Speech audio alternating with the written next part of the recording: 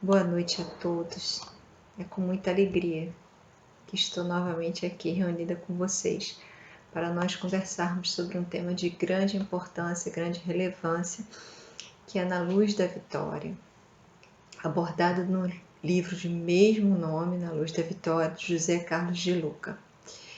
E para iniciar o nosso trabalho, eu escolhi A Rogativa da Esperança, de Dr. Bezerra, psicografado por Divaldo Franco, no livro Compromissos Iluminativos.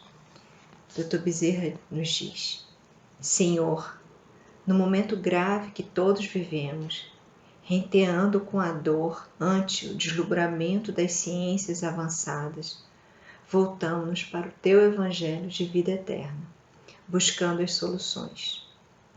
Desafiando as inteligências, os problemas intricados do comportamento surgem ameaçadores, parecendo levar a cultura, a ética e a civilização ao fim. Não obstante, confiados na tua promessa de que ficarias conosco até o fim, permanecemos na inteireza do ideal espírita, trabalhando otimistas por um mundo melhor. Enfrentando as complexidades da hora de transição do planeta, abrimos ao amor iluminado pelo conhecimento espírita, na certeza de que este amor é depositário dos recursos que solucionarão todas as dificuldades. Utiliza-se de nossa fragilidade, que é tudo de quanto dispomos para oferecer-te. Trabalhada, entretanto, com o material da fé racional e do sentimento esclarecido, com que edificaremos o mundo melhor de amanhã. Viajores fracassados que somos desde os séculos passados, reunimos na atualidade os frutos amargos da sementeira ancestral, numa colheita de aflição e de provas. Todavia, encontramos também as estrelas luminosas que fulguram nessa grande noite, apontando-nos o rumo que são os teus mensageiros, ora corporificados nas artes, na ciência, na filosofia, na abnegação e na fé, para servirem de pilotis sobre os quais será erguido o templo da fraternidade universal. Jesus, por que não desdenhaste a cruz, embora vivesses no sólio dos astros, ensina-nos mansidão e candura, no madeiro das nossas próprias faltas, antecipando a madrugada libertadora da nossa ascensão, com as asas da sabedoria e do conhecimento na direção do teu amor. Abençoa não somente os equivocados, mas também os que comprometem as consciências e destroem as esperanças. Apiada-te dos caídos, todavia compadece-te igualmente dos que derrubam os outros e passam aparentemente incólumes. Socorre os infelizes, sem embargo distende a tua misericórdia sobre os infelicitadores, porque todos eles, os que corrompem e infelicitam hoje, não fugirão da consciência ultrajada, retornando ao carreiro das aflições purificadoras. Por fim, fazes de nós exemplos da tua mensagem, nesta hora de fé espírita, nesta antemanhã de uma humanidade mais feliz, para que despertemos além das sombras, sem dor e sem amarguras. Então, essa rogativa de Dr. Bezerra é a nossa prece para iniciar os nossos trabalhos, rogando que a espiritualidade superior, o Mestre Jesus e nosso querido Dr. Bezerra conduza o nosso trabalho, nos ajudando a reflexionar sobre seus ensinamentos e iniciar a nossa transformação moral. Então, quando a gente fala na luz da vitória, a gente se pergunta, vitória sobre o quê? Qual é o nosso projeto de vida que nós temos que conquistar e considerar como vitória? Qual é o nosso maior investimento? Então, o nosso projeto é a nossa conquista da dignidade moral, que é o significado da nossa existência. Nosso maior investimento é a reencarnação. É o maior investimento do espírito. Então, em cima desse texto, eu criei várias perguntas, né? Me veio a pergunta, além de qual o nosso projeto de vida, qual a nossa grande luta, qual o nosso maior investimento, qual o nosso maior inimigo? Somos nós mesmos. A nossa maior conquista é vencermos a nós mesmos, a vencermos nossas paixões inferiores, a vencer. Nossa maior conquista é vencer as nossas fraquezas, as nossas mazelas, as nossas más tendências. Qual o nosso maior aliado? Nós mesmos e Deus. Chico Xavier, quando estava perto do momento do seu desencarne, Emmanuel, conversando com ele, explicou que ele precisava se preparar para a sua nova reencarnação. E aí Chico Xavier indagou Emmanuel sobre quem estaria com ele no momento do desencarne. E Emmanuel respondeu: a sua própria consciência. Então, o nosso maior aliado somos nós mesmos. Então, a conquista da nossa consciência é muito importante para que sejamos bons aliados de nós mesmos. E, obviamente, Deus está sempre ao nosso lado, em sua infinita misericórdia, e Jesus intercedendo por nós. Muito bem. E qual é a finalidade desse projeto? Esse projeto de conquista da consciência, que, uma vez conquistada, representa a luz da vitória.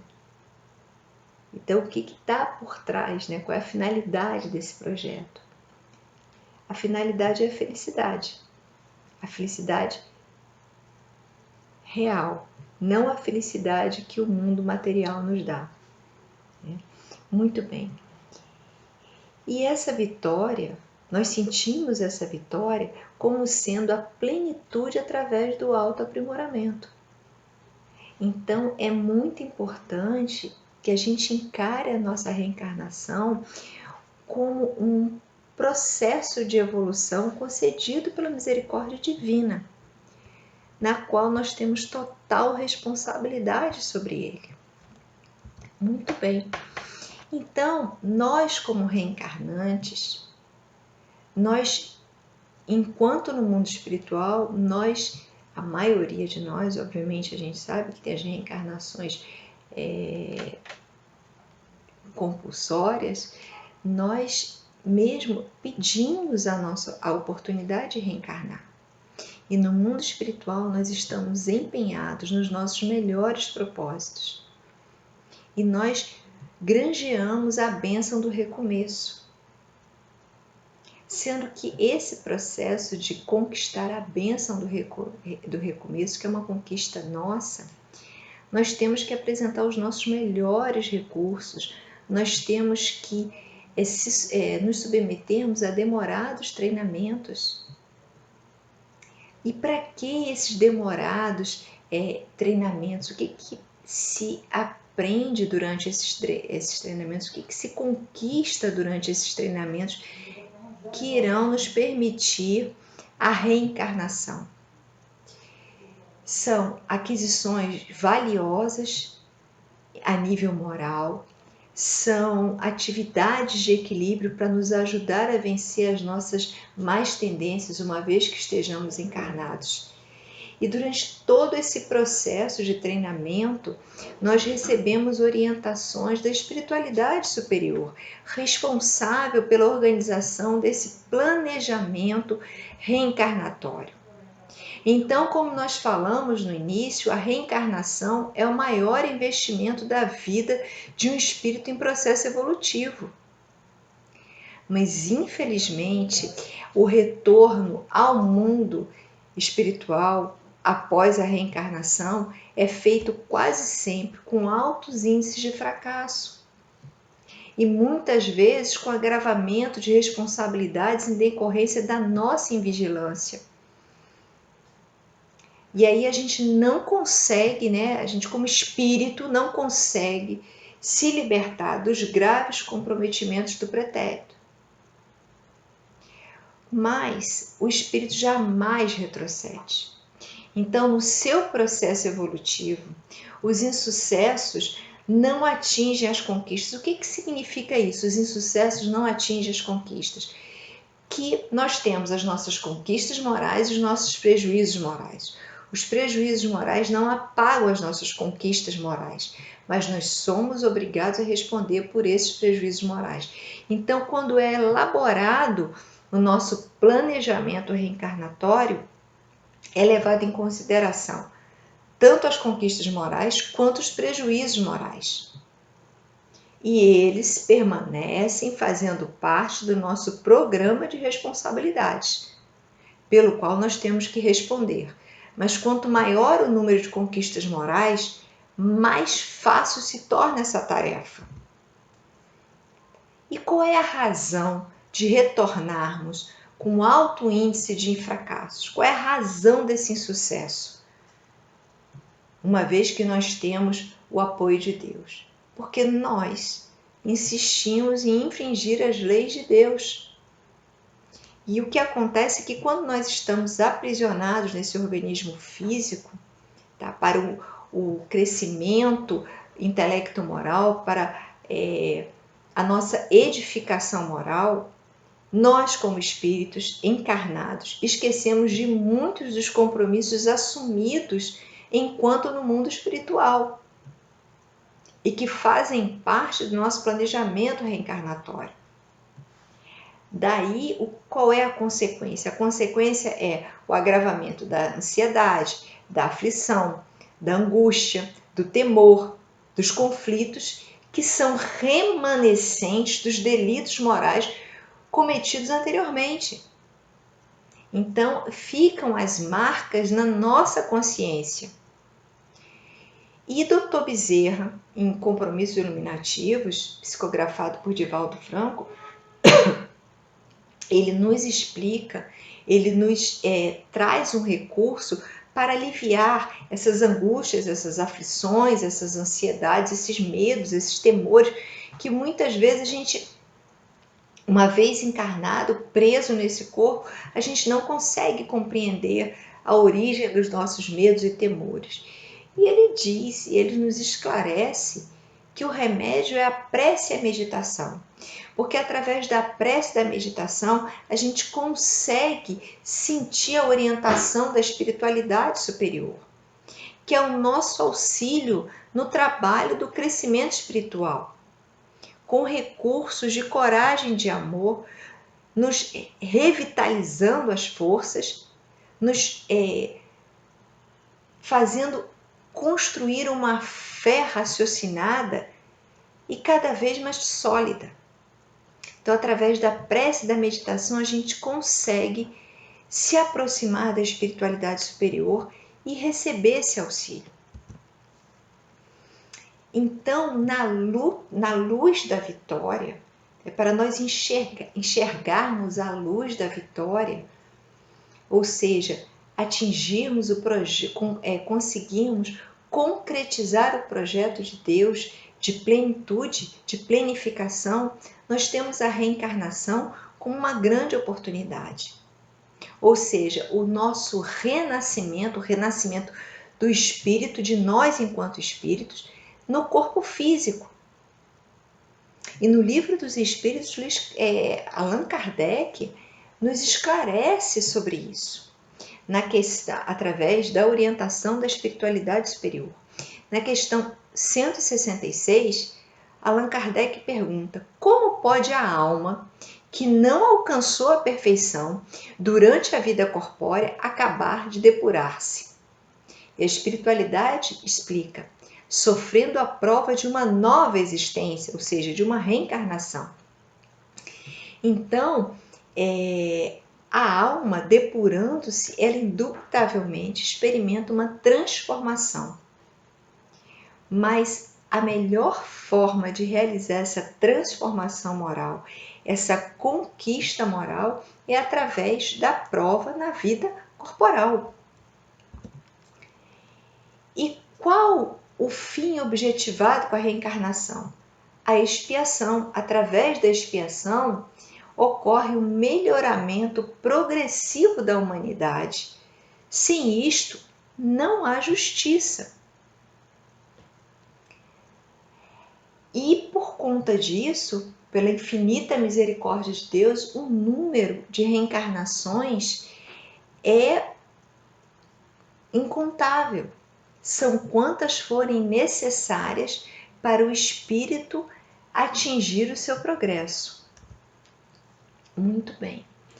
E aí Kardec pergunta na questão 171, no item Justiça da Reencarnação, em que se funda o dogma da reencarnação.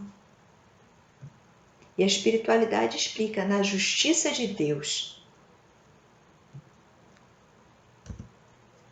Então, essa justiça da reencarnação, que traduz a justiça de Deus conosco, ela admite para o espírito muitas existências sucessivas, até que ele saia dessa condição inferior, e o que ajuda ele a sair dessa condição inferior é ele compreender o futuro, firmando as nossas esperanças num mundo melhor, através da sua conquista moral. Então, as finalidades da reencarnação são o arrependimento, a reparação e o resgate. Através de um processo de aprendizagem no qual o espírito vai se instruindo e edificando a sabedoria, levando a educação dos sentimentos. Isso compõe o progresso espiritual. Atos positivos, caritativos e benevolentes reparam os nossos delitos passados. Então, através da reencarnação, nós compreendemos os processos evolutivos. E durante esse processo de reencarnação, esse processo evolutivo, nós temos que compreender que não há grandes saltos evolutivos. Esse processo é constituído de pequenas etapas, de pequenos saltos, onde todos nós temos uma missão e toda missão é relevante. Então, durante esse processo, ocorre a reforma moral dos hábitos perniciosos. E o que nós temos a favor? O que a espiritualidade nos ensina e que nós podemos utilizar em nosso favor? Ela nos relembra os ensinamentos de Jesus, que são ensinamentos de amor, de caridade, de hábitos edificantes, de renúncia, de generosidade, de amorosidade.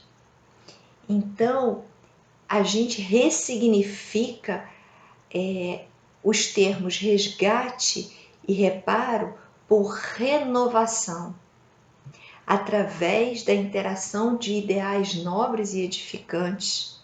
Mas para isso nós precisamos de muita disciplina, porque para nos aliarmos a estes instrumentos de edificação, nós temos que vencer o egoísmo, o orgulho, a presunção, a vaidade, as paixões perturbadoras, a hediondez moral que tantos nos seduzem. Então tem que ter muita disciplina, muita determinação para superar estes elementos perniciosos com os instrumentos que Jesus nos explicou através do seu Evangelho. Então, na transformação moral, a gente precisa ressignificar o egoísmo e o orgulho. O egoísmo e o orgulho, quando usados de forma correta, nos ajudam no instinto de conservação.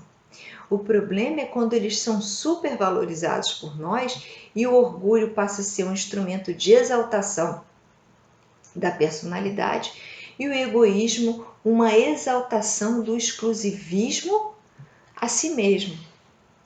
Então, esse instinto de conservação, ele é muito importante para que sejamos capazes de contribuir para a remoção dessa indiferença moral que ainda nos impregna e que é uma das responsáveis nessa indiferença moral, junto com a exacerbação do egoísmo e do orgulho, são os responsáveis pela miséria da humanidade.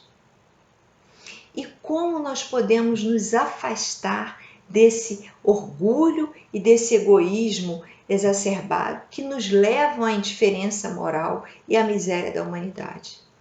Através da prática da caridade e da fraternidade, que nos traduzem as condições dos nossos deveres sociais, através da humildade, do amor, da indulgência, da tolerância, da benevolência, do devotamento, da abnegação, que nos suscitam a resignação e a obediência, nos levando a cumprir a lei de liberdade e de igualdade, que fazem parte das leis morais, das leis de Deus. E para tal, Jesus veio até nós há mais de 2000 anos e fez um convite de amor e solidariedade, que nos permitiria a convivência pacífica através de proceder de forma correta. Ou seja, ele veio nos ensinar um procedimento moral correto. E pediu que nós apoiássemos sempre os nossos irmãos que ainda se encontram na retaguarda da ignorância. Uma vez que nós somos capazes de apoiar os nossos irmãos que ainda estão na retaguarda da ignorância, nós vamos abrir mão do orgulho, do egoísmo, da indiferença moral. Nós vamos poder praticar o devotamento, a tolerância, a indulgência e a benevolência. Muito bem. Mas para aceitar esse convite de amor e solidariedade, nós precisamos adquirir a consciência da dimensão desse compromisso. Para tal, nós temos que fazer a conquista lúcida dessa consciência. E isso está muito bem esclarecido por Dona Joana de Anjos em 2 livros, Ilumina-te e Momentos de Saúde e de Consciência, psicografado por Divaldo Franco. Então, a conquista lúcida da consciência abre espaço para o entendimento das leis de Deus que regem a vida. Mas para isso, novamente, nós precisamos de disciplina na tarefa de educação moral e pessoal, que é uma tarefa intransferível. E quando nós iniciamos esse processo de conquista da consciência, quanto mais esse processo evolui, mais nós assumimos uma postura digna, mais nós temos resignação, abnegação e obediência, porque nós vamos ser capazes, ao longo desse processo de conquista de consciência, de conquista moral, nós somos capazes de compreender as expiações como uma forma de reparar os nossos delitos anteriores, ressignificando, renovando a nossa existência.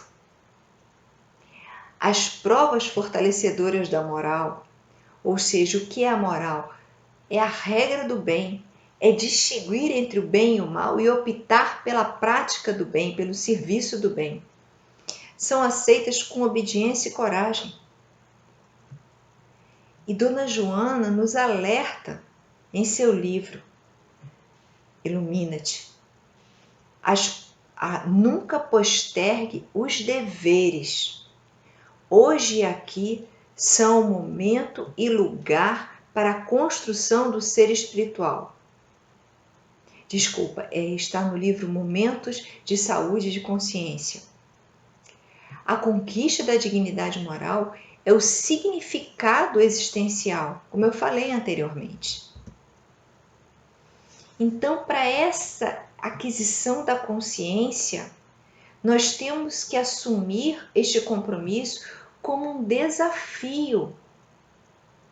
E que toda vez que nós assumimos um compromisso que nós sabemos que ele é desafiante, como é a questão da aquisição da consciência, para assumirmos uma postura moral edificada nas leis de Deus, nós precisamos fazer um exame de autoconhecimento e ponderar sobre o trabalho que precisa ser executado.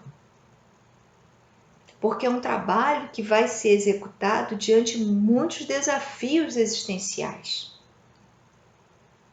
Mas é através da conquista de cada etapa envolvida neste trabalho é que nós somos capazes de discernir cada vez mais, de uma forma cada vez mais consciente, entre o bem e o mal. E essa consciência ela pode ser treinada mediante exercícios de valores morais elevados, como praticar o bem ao próximo e a si mesmo. Como que nós vamos praticar o bem a si mesmo? Vencendo as nossas paixões inferiores, nos afastando das nossas más tendências, ressignificando os nossos valores. E como que se faz isso? Através da prece, da meditação, que nos auxilia, nos ajuda a entendermos as orientações que nos são concedidas a todo momento pela espiritualidade superior. Basta que nós estejamos disponíveis e dispostos a escutá-las. Através dessas orientações, nós somos capazes de fazer a aquisição de hábitos saudáveis que nos tornam conscientes dos deveres e das responsabilidades da vida, nos encaminhando para a planificação, ou seja, para a felicidade.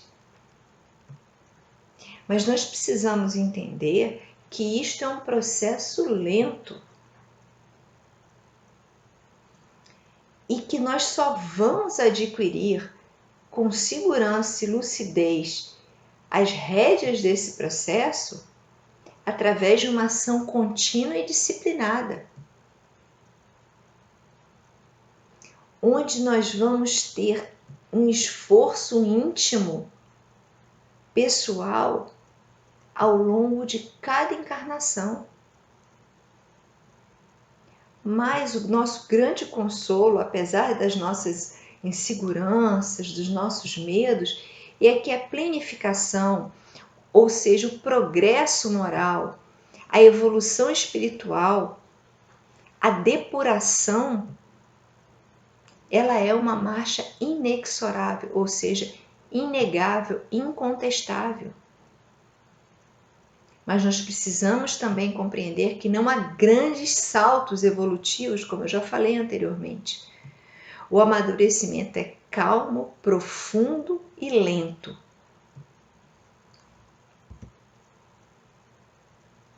Então, no momento em que nós conseguimos evoluir espiritualmente, ressignificar os nossos valores, adquirir essa consciência, nós estamos sendo iluminados, ou seja, nós estamos no caminho na luz da vitória.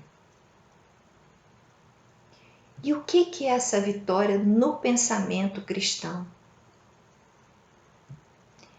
O sucesso é a vitória sobre si mesmo, sobre as paixões primitivas, onde nós somos capazes de suportar os obstáculos, as dificuldades, os problemas, que são instrumentos do nosso crescimento.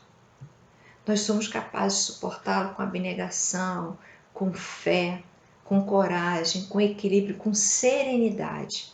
O que não significa que não há dor. Contudo, os sacrifícios penosos e a dedicação contínua, a disciplina contínua, nos fortalecem a cada etapa da aquisição moral.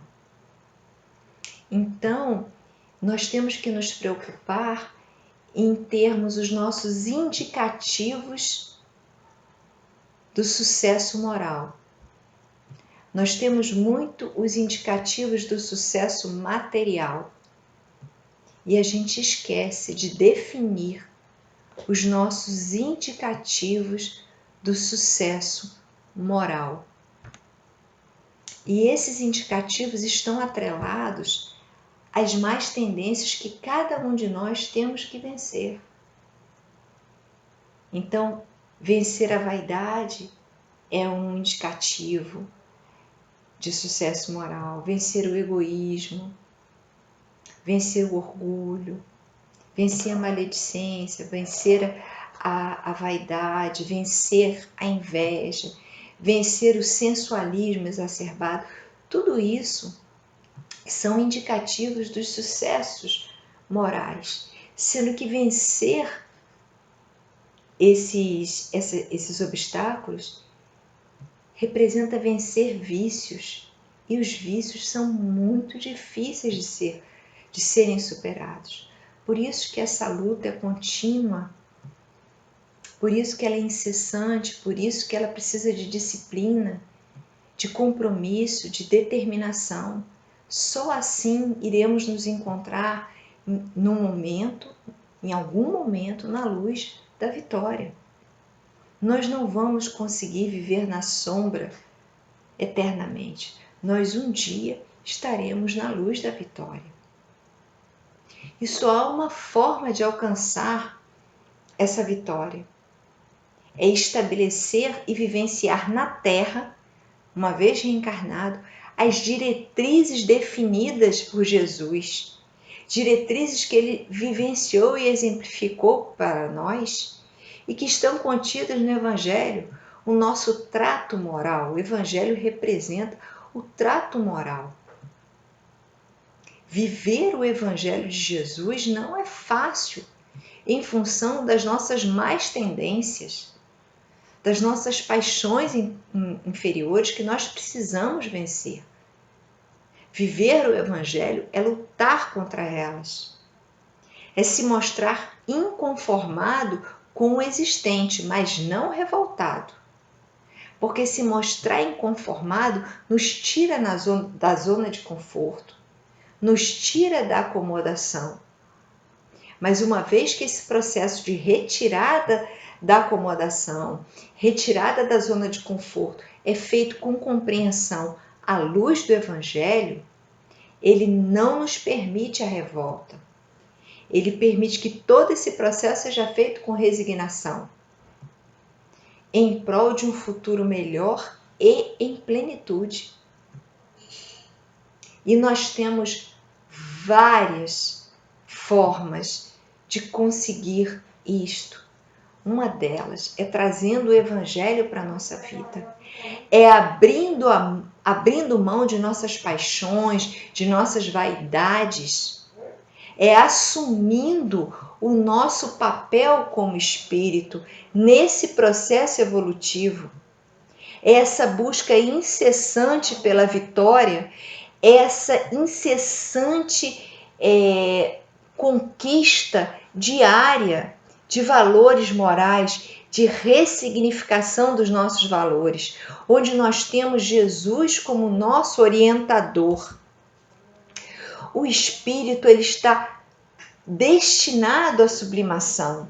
Ninguém poderá fugir deste impositivo de evolução moral que é parte do projeto de Deus.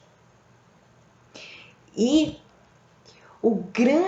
no capítulo 9, o grande desafio do livro Amanhecer de uma Nova Era, psicografado por Divaldo Franco, de autoria espiritual de Manuel Filomeno de Miranda, ele nos esclarece o quão importante é o nosso progresso moral, porque o nosso progresso moral está atrelado ao progresso do nosso planeta, à evolução do nosso planeta, à marcha moral do nosso planeta.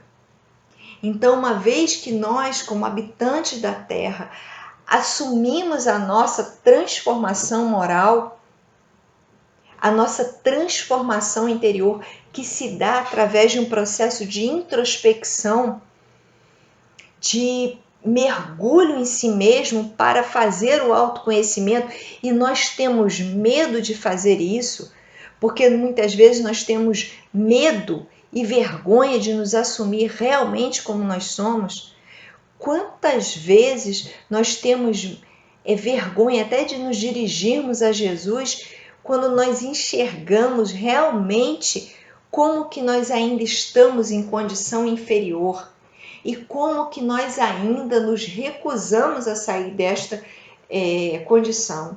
Então, Manuel Filomeno de Miranda nos esclarece, nos relembrando do nosso grande compromisso, onde ele nos diz: sem qualquer dúvida, a fim de que o mundo se transforme, é necessário que haja modificação do ser humano para melhor, por ser a célula máter da sociedade.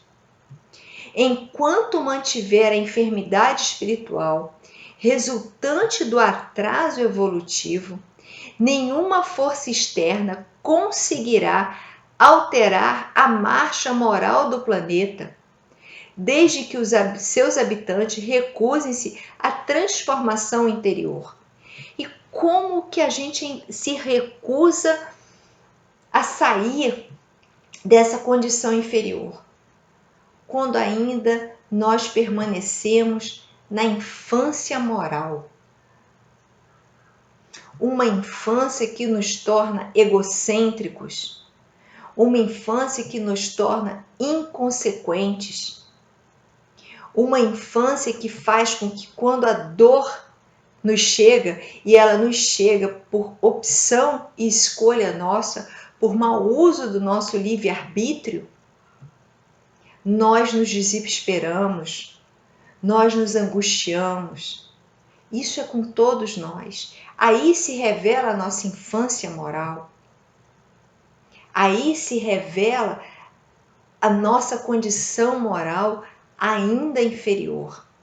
E a nossa rebeldia diante desse processo de transformação moral que não temos por onde fugir. Enquanto nós continuarmos infringindo as leis de Deus e nos recusando a assumir a nossa responsabilidade nesse processo evolutivo de transformação moral, nós iremos continuar sofrendo, porque nós iremos continuar na infantilização.